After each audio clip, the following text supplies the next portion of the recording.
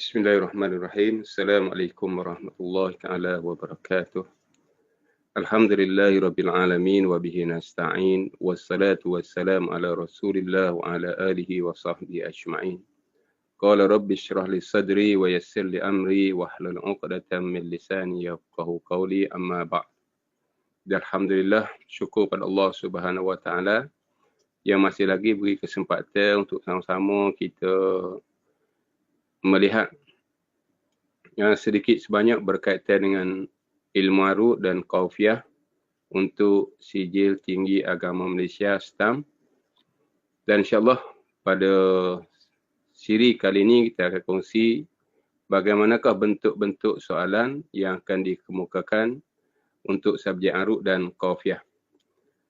Dan sebagaimana kita sedia maklum, arut dan qaufiyah ataupun kodnya ialah S109. Dan untuk tahun 2020 ni, format pentaksirannya berbeza dengan tahun-tahun sebelum, yang mana pada tahun 2020, subjek arut dan qaufiyah terbahagi kepada dua kertas ujian. Yang pertama, kertas 1 ataupun kodnya ialah S10921 dan kertas 2 kodnya ialah S109-41.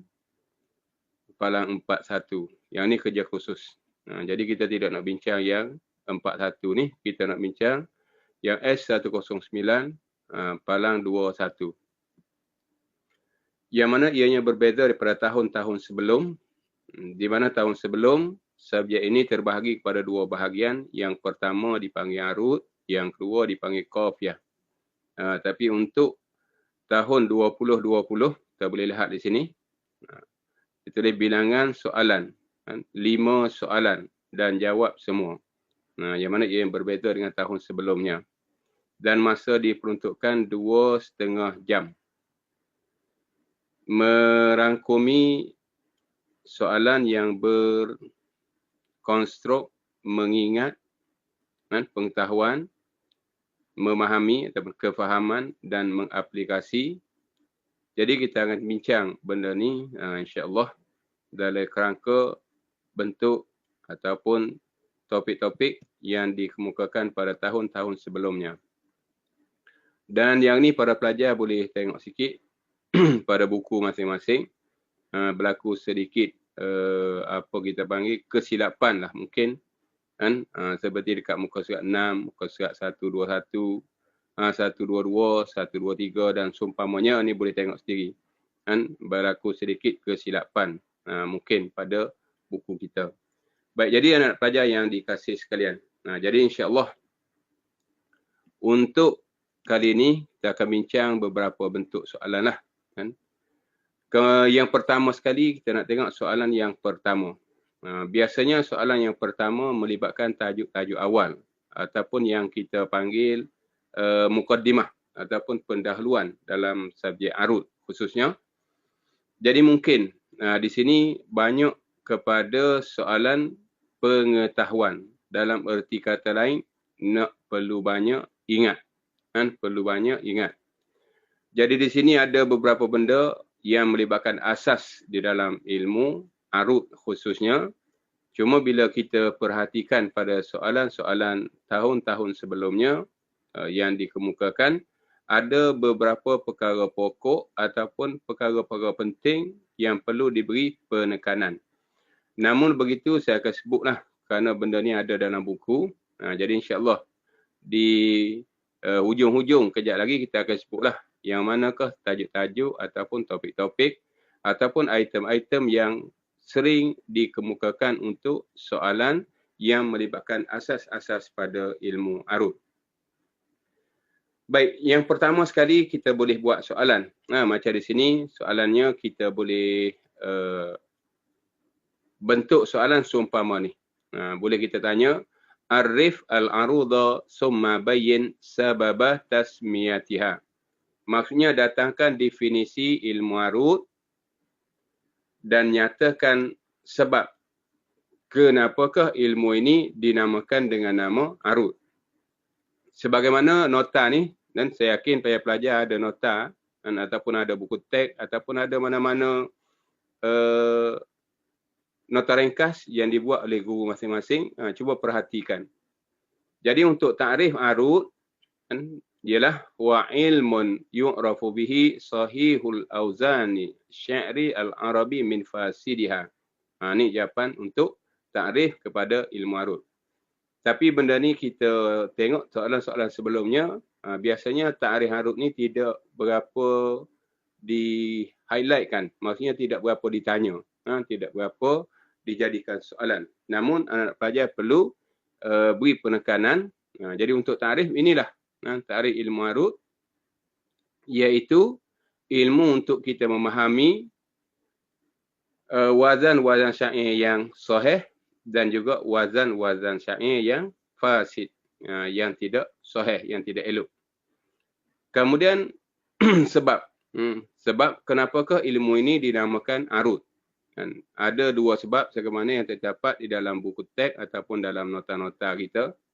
Yang pertama, di mana perkataan arud merupakan satu nama kepada pembentangan.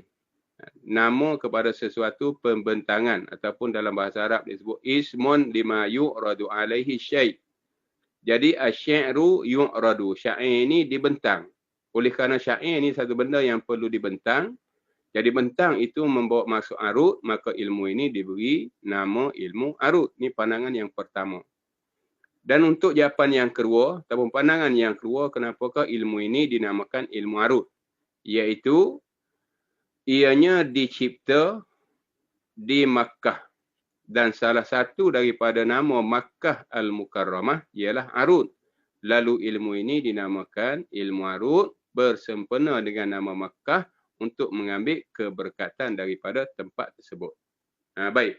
Jadi untuk anak-anak pelajar, mungkin antara dua benda ni boleh digabungkan jadi satu soalan. Iaitu arif al-aruda summa bayyin sababa tasmiyatiha. Jadi untuk jawapan yang pertama, takrif sebagaimana yang di atas, dan sebab ilmu ini dinamakan ada dua pandangan. Nombor satu dan nombor dua. Jadi perlu beri penekanan kepada benda tersebut. Baik, kemudian yang keseterusnya. Yang keseterusnya dan benda ni sering ditanya. Tak macam yang kita bincang soalan satu tadi. Ni kita anggap ni soalan nombor dua lah. Soalan nombor dua. Ataupun soalan kedua yang boleh kita ambil daripada asas-asas pembelajaran ilmu arud. Dan soalan ini sering dikemukakan dalam ujian-ujian tahun-tahun sebelumnya. Iaitu yang melibatkan nama kepada pencipta ilmu tersebut. Contoh kita boleh buat soalan, ma maudu'u ilmil arud wa man wadi'uhu. Apakah fokus? Maudhu' ni fokus ilmu arud. Dan arud, bagaimana kita ketahui dia melibatkan syair. Jadi maudhu'nya ataupun fokusnya ialah asy-syi'ru al-arabi. Syi'ru al-arabi. Dan saya yakin anak pelajar boleh ingat benda ni sebab simple saja dan mudah saja. Dan fokusnya ialah syair Arab. Bukan syair-syair daripada bahasa lain. Kemudian penciptanya. Untuk pencipta ni nama beliau. Khalil bin Ahmad Al-Farahidi Al-Azadi Al-Basri. Dan di dalam kurungan adalah tahun kelahiran beliau, tahun 100 Hijrah, dan beliau wafat pada tahun 175 Hijrah. Jadi mungkin ini boleh dijadikan satu soalan. Dan biasanya soalan ini akan digabung dengan yang di bawah ni. Dia akan gabung dengan yang di bawah. Contohnya yang di bawah ni faedah kita mempelajari ilmu arud. Okey. Faedah mempelajari ilmu arud, kita dapat memahami, kita boleh beza mana syair, mana prosa, dan boleh mengelakkan daripada melakukan kesalahan dalam mencipta syair, dan dapat mengetahui manakah syair yang betul dan manakah bentuk syair yang salah. Dan yang keempat, dapat memahami bahawa Al-Quran dan hadis sebenarnya bukan syair. Jadi biasa untuk faedah ni, soalan akan bertanya hanya dua sahaja. Contoh, uzkur faidataini min fawaidi dirasati ilmi al-arud. Baik, jadi masalahnya kenapakah dua saja yang ditanya? Sebab biasa soalan ini akan digabung dengan yang atas ni. Dia akan tanya waman wadi'u ilmil arud. Siapakah pencipta ilmu arud? Summazkur faidataini min fawaidi dirasati ilmil arud. Maksudnya siapakah pencipta ilmu arud dan sebutkan dua faedah mempelajari ilmu arud. Biasa dua soalan ni akan digabung. Sebagaimana kita boleh lihat benda ni pada soalan-soalan yang tahun-tahun sebelumnya. Jadi pastikan untuk faedah ni sekurang-kurangnya para pelajar ataupun calon fokus kepada dua. Fokus kepada dua isi, dua faedah untuk diberi pada jawapan sebagaimana yang telah kita sebut di atas tadi. Baik, kemudian anak pelajar yang dikasihi, kita teruskan. Dan di sini untuk arkanus syairi. Okey, arkanus syairi. Maksudnya untuk membentuk syair ni mesti ada rukun, ada struktur dia. Jadi ada seginilah 1, 2, 3 dan 4. Dan benda ni pentinglah untuk kita ketahui. Penting untuk kita ketahui dan dia adalah sesuatu yang baru. Kalau kita tengok sebelum-sebelum ni, benda ni tidak dibincang secara detail sebegini. Tahun-tahun sebelum, benda ni tidak dibincang secara detail. Jadi kita mohon anak-anak pelajar cuba beri penekanan sikit. Ni adalah rukun-rukun syair. Boleh bentuk soalan seumpamanya kita boleh buatlah soalan uzkur arkana asy-syairi. Jadi ada 1, 2, 3 dan 4. Maksudnya yang pertama, rukun syair yang pertama mesti ada wazan dan ada qafiyah. Maksudnya ada rima dia. Kemudian ada tema yang kedua, al-qasdu wal iradah. Ada tema. Dan yang tiga, tanasub bainal lafzi wal ma'ni. Syair ni mesti menepati perkataan dengan maksud yang digunakan. Perkataan dengan maksud tu menepati. Dan yang keempat, syair-syair banyak mengandungi makna yang berbentuk khayalan untuk mempengaruhi pembaca dan juga pendengar. Jadi untuk anak pelajar, hafalkan keempat-empat ni. Dan soalan sebagaimana yang saya sebut tadi, kita boleh buat umpamanya uzkur arkana asy-syairi. Baik, kemudian yang seterusnya, masih lagi mukaddimah. Masih lagi mukaddimah, iaitu berkaitan dengan al-maqati' as-sautiyah. Dan saya jangkakan hak ni antara perkara-perkara penting yang kedua untuk dijadikan soalan bahagian mukaddimah ilmu arud. Ni yang kedua. Okey, saya suka tegaskan ini perkara yang penting kedua. Datu mana yang pertama? Yang pertama yang ni tadi anak pelajar. Yang ini yang kita anggap penting. Ini kepentingan yang pertama. Kita anggap hak penting lah ni, iaitu nama penyair dan faedah mempelajari ilmu arud. Sementara yang kedua, ni dianggap penting. Dianggap penting iaitu kita kenal apakah benda yang dipanggil maqati' sautiyah. Dan untuk maqati' sautiyah, soalan boleh dikemukakan dalam beberapa bentuk. Ada bentuk soalan pemahaman, ada bentuk soalan pengetahuan. Dan ada bentuk soalan kemahiran. Macam yang kita nampak sini, ni kita panggil soalan pengetahuan. Maksudnya sekadar sebut aja uzkur arba'an. Sebutkan 4. Yang mana kita tahu maqati' sautiyah ada 1, 2, 3, 4, 5, 6. Jadi terpulang kepada anak-anak pelajar, terpulang kepada calon-calon untuk sebut 4 daripadanya. Ini kita panggil soalan pengetahuan. Berdasarkan kepada ingat sahaja. Ada semuanya 1, 2, 3, 4, 5, 6. Pastikan sekurang-kurangnya anak-anak pelajar boleh menyebut 4 daripadanya. Sebab biasa soalan bertanya 4 daripada maqati' sautiyah. Kemudian kita tengok bentuk yang keseterusnya. Okey, bentuk yang keseterusnya masih lagi berkaitan dengan al-maqati' sautiyah. Sekarang kita perincikan sikit. Ingatannya lebih sukar sikit berbanding dengan yang pertama tadi, iaitu ditanya ta'rif. Tadi kita dah tahu perkara ini ada 1, 2, 3, 4, 5, 6. Sekarang dia minta setiap satu ni dinyatakan satu persatu ataupun diberi ta'rif. Soalan yang mungkin boleh kita bentuk, arif al-maqati'a as-sautiyata al-atiyah. Maksudnya berikan ta'rif, berikan definisi kepada maqati' sautiyah tersebut. Ada 1, 2, 3, 4, 5, 6. Dan yang ini bila kita tengok dekat soalan-soalan sebelumnya, biasanya ditanya tidak lebih daripada 3. Kan? Untuk ta'rif ni tidak lebih daripada 3. Jadi terpulang sama ada yang pertama, yang kedua, yang ketiga, yang keempat, itu bergantung kepada soalan. Cuma penting di sini kita kena ingat ta'rif. Macam sabak khafif. Sabak khafif, harfan mutaharrikun fasakinun. Dia ada 2 huruf, satu berbaris, satu mati. Dan begitulah seterusnya. Jadi kita tidak nak bincang di segi keterangan di sini. Saya nak sebutnya, kan, kita nak sebut bahawa inilah bentuk soalan yang kedua. Yang mana kita tengok bentuk yang pertama, sekadar kita ingat namanya saja. Bentuk yang kedua lebih tinggi sikit, kita mesti tahu nama dan ta'rif kepada benda tersebut. Sama ada sabak khafif hingga kepada fasilah kubra. Baik. Kemudian yang seterusnya. Yang seterusnya masih lagi berkaitan dengan maqati' sautiyah. Sekarang kita bukan nak tengok nama dia, bukan ditanya takrif dia, tapi ditanya contoh. Sama ada diberi soalan, apakah contoh sabak khafif?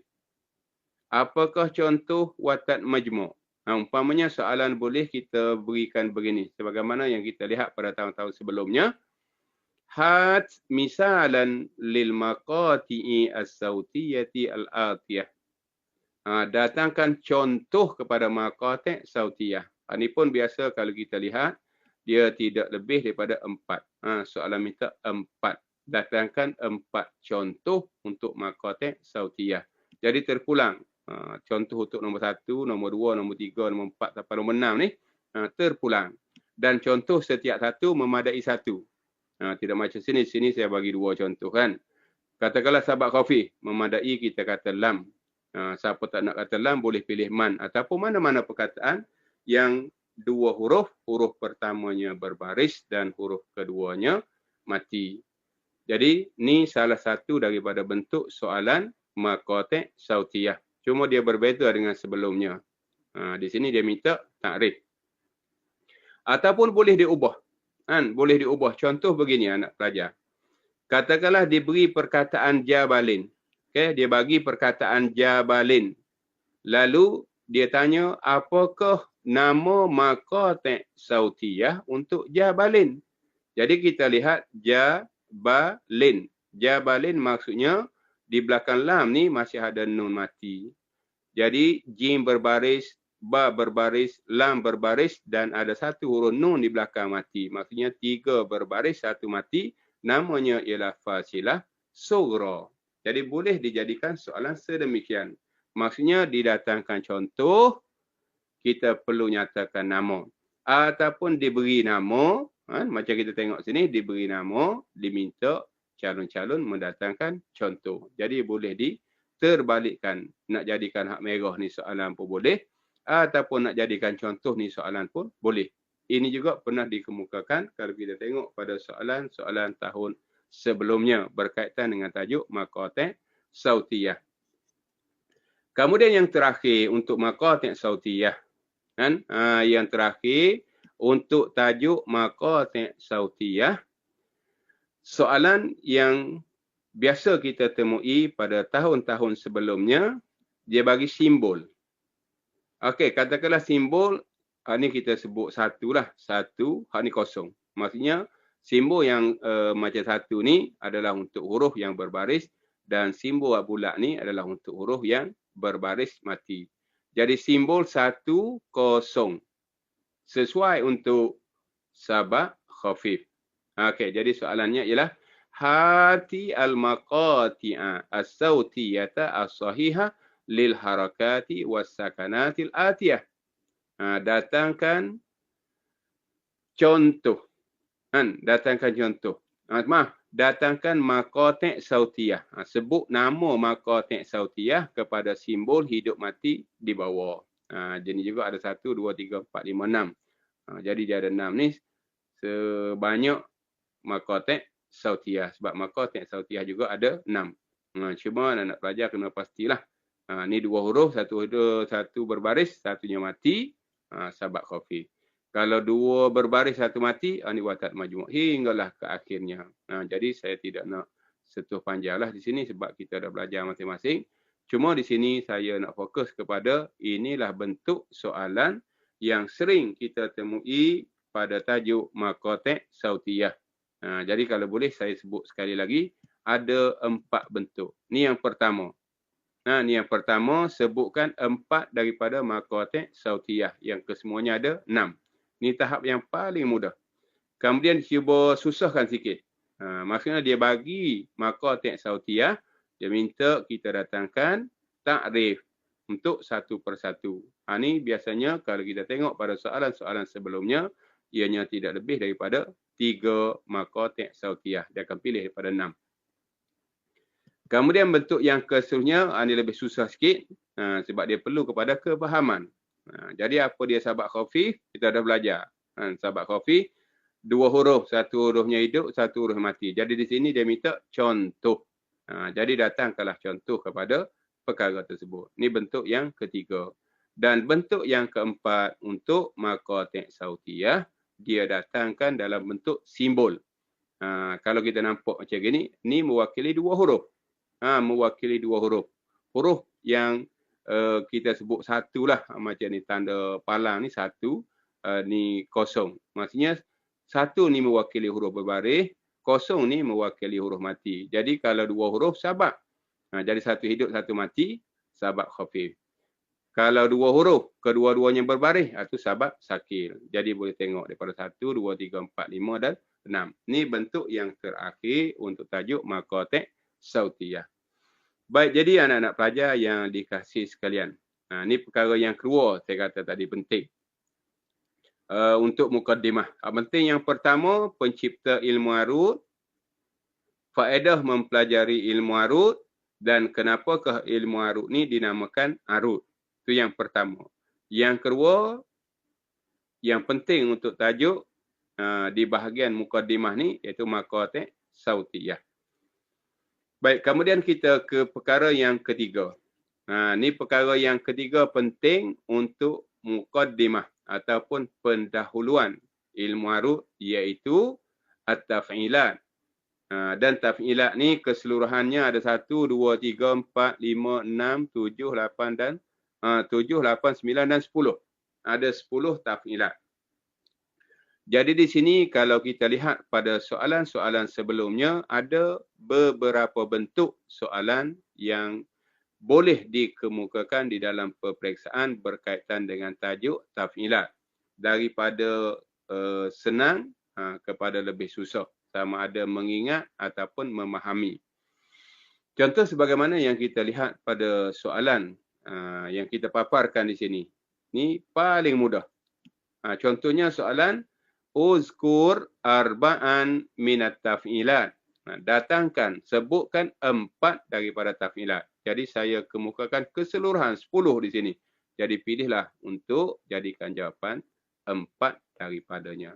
Ini soalan yang kita anggap soalan mudah. Kerana mana-mana saja daripada 10 ni, kita mesti tulis. Dan bila kita tulis saja, dia terlalu mudah. Baik. Cuma kita nak ingatkan di sini, saya cuba nak ingatkan, jangan kita tulis taf'ilah yang telah berubah. Sebagaimana contoh, katakanlah fa'ulun. Ada kalanya nun ni hilang.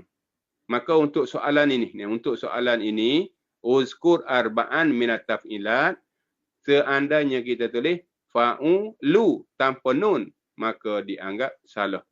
Sebab soalan ni bukan nak tanya tentang perubahan. Dia nak tanya taf'ilah yang tidak berubah. Jawapan taf'ilah yang perlu ditulis ialah taf'ilah yang belum berubah. Jadi ingat betul-betul. Inilah yang ada 10 ni. Jadi kalau 4 lah perlu disebut. Ni bentuk yang paling mudah untuk soalan yang berkaitan dengan taf'ilat. Kemudian kita cuba tengok soalan yang kedua, berkaitan dengan taf'ilat. Dan untuk pengetahuan kita, sebagaimana kita sedia maklum, taf'ilat ni, taf'ilat yang warna merah ni, taf'ilat, dia adalah gabungan daripada maqati' sautiyah. Okey, gabungan daripada maqati' sautiyah. Jadi soalan juga mungkin boleh digabung antara taf'ilat dengan maqati' sautiyah. Baik, saya ambil contoh di sini. Kita boleh buat soalan umpamanya mimma takawwanat at-taf'ilatu al-atiyatu min haitsu al-maqati' sautiyah. Diberi beberapa taf'ilah dan biasanya 3, 3 ataupun 2. Daripada apakah terbentuknya taf'ilah berikut di segi maqati' sautiyah? Maksudnya fa'ulun, ada 2 maqati'. Kita ada fa'u, kita ada lun. Jadi soalan bertanya, apakah gabungan antara fa'u dengan lun? Jawapannya ialah fa'u watat majmu', lun adalah sabak khafif. Ini adalah soalan yang digabungkan antara taf'ilah dengan wahdat sautiyah. Jadi mohon anak-anak pelajar, para pelajar memahami setiap taf'ilah dan gabungan maqati' sautiyah yang terbentuk daripada taf'ilah tersebut. Okey, ini fa'ulun, watat majmu' sabak khafif, dan taf'ilah yang kedua fa'ilun, sabak khafif dengan watat majmu'. Begitulah seterusnya. Dan kita perlu mengetahui keseluruhan yang ada 1, 2, 3, 4, 5, 6, 7, 8, 9 dan 10. Ingat taf'ilah dan ingat gabungan wahdat sautiyah pada taf'ilah tersebut. Baik, kemudian yang seterusnya masih lagi berkaitan dengan taf'ilah. Kita susahkan sikit. Tadi hafazan sahaja. Hafazan. Sekarang pemahaman. Untuk taf'ilah ada 1, 2, 3, 4, 5, 6, 7, 8, 9, 10. Dia boleh kemukakan 2, 3 ataupun 4 dan dia minta contoh bagi setiap taf'ilah. Daripada 10 taf'ilah tu dia minta contoh. Mungkin dia tanya 3, mungkin 4, mungkin 2. Yang penting contoh tu mesti menepati taf'ilah yang diberikan.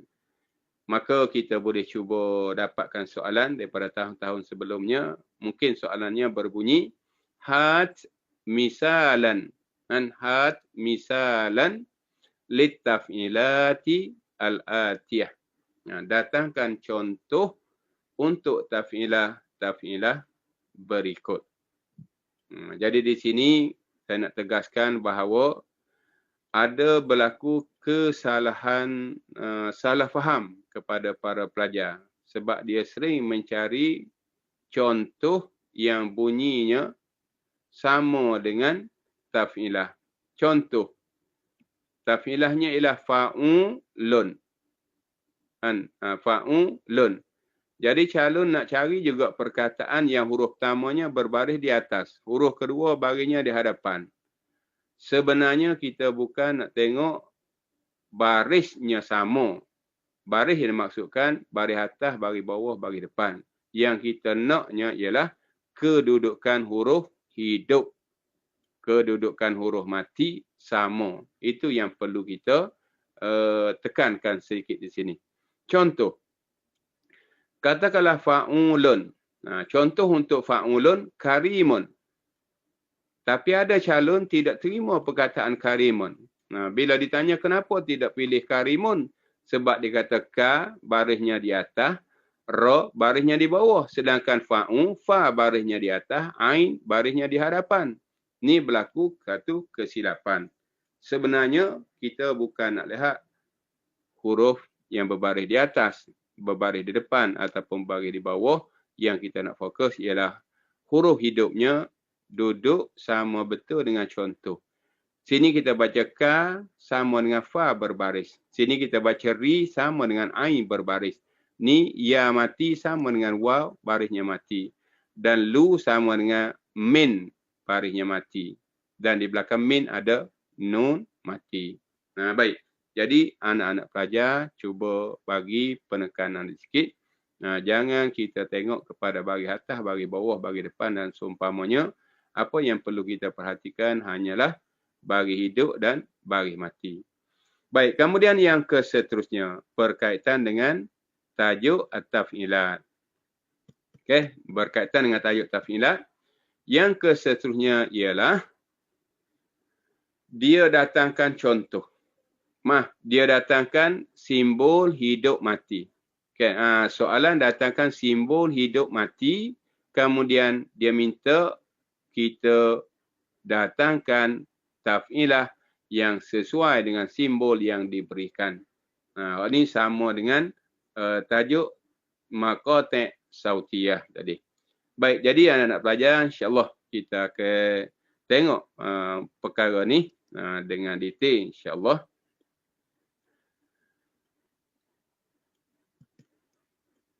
Okey. Jadi untuk soalan yang seterusnya yang melibatkan tajuk taf'ilah lagi, kan? Masih lagi tajuk taf'ilah iaitu simbol. Simbol ini ataupun simbol ni kita panggil simbol taqti', ada dipanggil harakat wasakanat, ada dipanggil rumus.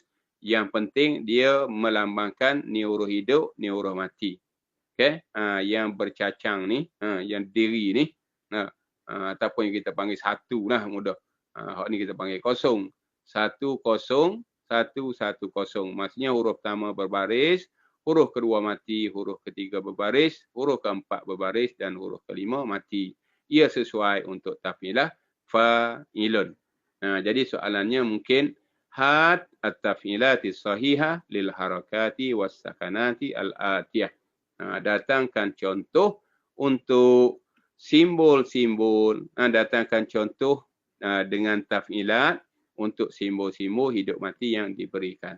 Jadi yang pertama tu simbol ini sesuai untuk fa'ilun, dan yang kedua 1 0 1 0 1 1 0 sesuai untuk mustaf'ilun. Dan yang ketiga 1 0 1 1 0 1 0 sesuai untuk fa'ilatun. Dan yang keempat,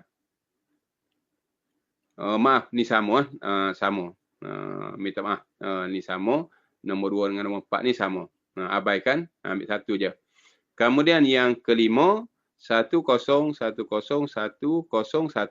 Ini maf'ulatu. Okey, maf'ulatu. Dan yang keenam 1 1 1 0 1 1 0. Mutafa'ilun. Ini beberapa soalan. Dan insya-Allah kita ada beberapa bentuk lagi soalan yang berkaitan dengan taf'ilah. Baik, jadi saya nak tegaskan di sini bahawa anak pelajar, apa yang penting untuk mukadimah setakat ni, yang pertama, pencipta ilmu arud. Dan kenapakah ilmu ini dinamakan ilmu arud? Dan yang seterusnya, faedah-faedah mempelajari ilmu arud. Dan yang seterusnya, maqati' sautiyah dengan bentuk-bentuk soalannya. Dan yang seterusnya ialah taf'ilat dan bentuk-bentuk soalan yang bakal dikemukakan. Jadi insya-Allah kita akan tengok semula pula untuk yang seterusnya.